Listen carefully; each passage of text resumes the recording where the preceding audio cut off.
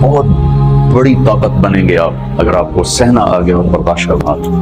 کیونکہ جب آپ برداشت کرتے ہیں نا تو اندر میں ایک طاقت پیدا ہوتی ہے. وہ طاقت آپ کی روح کو پرواز دیتی ہے اور اگلوں کے لیے تسخیر کا کام دیتی ہے. اور اگر آپ پھٹ گئے تو بم کے پھٹنے سے کیا ہوتا ہے؟ تباہی آتی ہے.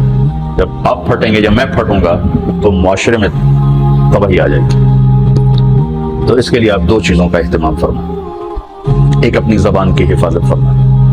آپ اس 400 کے معاشرے میں کوئی غیبت کرنے والا نہ، کوئی جھوٹ بولنے والا نہ، کوئی کسی کو طنز کرنے والا نہ، تانا دینے والا نہ. ایسی بات جو کسی کے دل پہ جا کے چوٹ مارے اس سے آپ اپنی زبان کو صاف کریں. کبھی اس پہ قابو پا سکیں گے، کبھی نہیں، کبھی رہ جائے گا، کبھی ہو جائے گا. تو جب ہاتھ سے نکل جائے بات تو پھر اللہ نے ہمارے لیے توبہ کا دروازہ رکھا ہے. 2 نفل پڑھو، اللہ سے معافی مانگو، جس پر زیادتی ہو اس سے جا کے معافی مانگو. اس سے آپ کے مزاج میں ٹھہراؤ آ جائے. تو میں آپ سب سے یہ گزارش کرتا ہوں کہ اس معاشرے میں آپ اپنی زبان پہ قابو پانا بہت فائدہ ہوگا. زندگی گزری ہے، شام قریب ہے، تو پوری زندگی کے تجارب نچوڑ بھی اس میں شامل ہیں.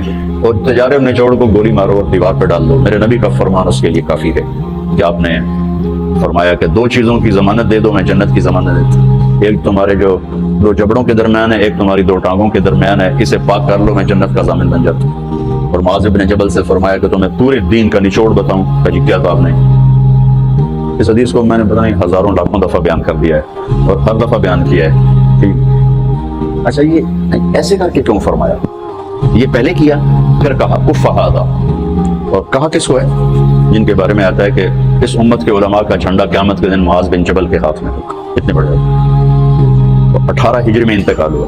1434 ہجری میں اردن گیا تو ان کی قبر سے خوشبو آ رہی تھی. 1400 سال گزر گیا، ان کی قبر سے خوشبو کا آنا بند نہیں ہوا. اتنے بڑے آدمی کو کیسے سمجھایا؟ بچے کی طرح. معاذ اس زبان پہ قابو.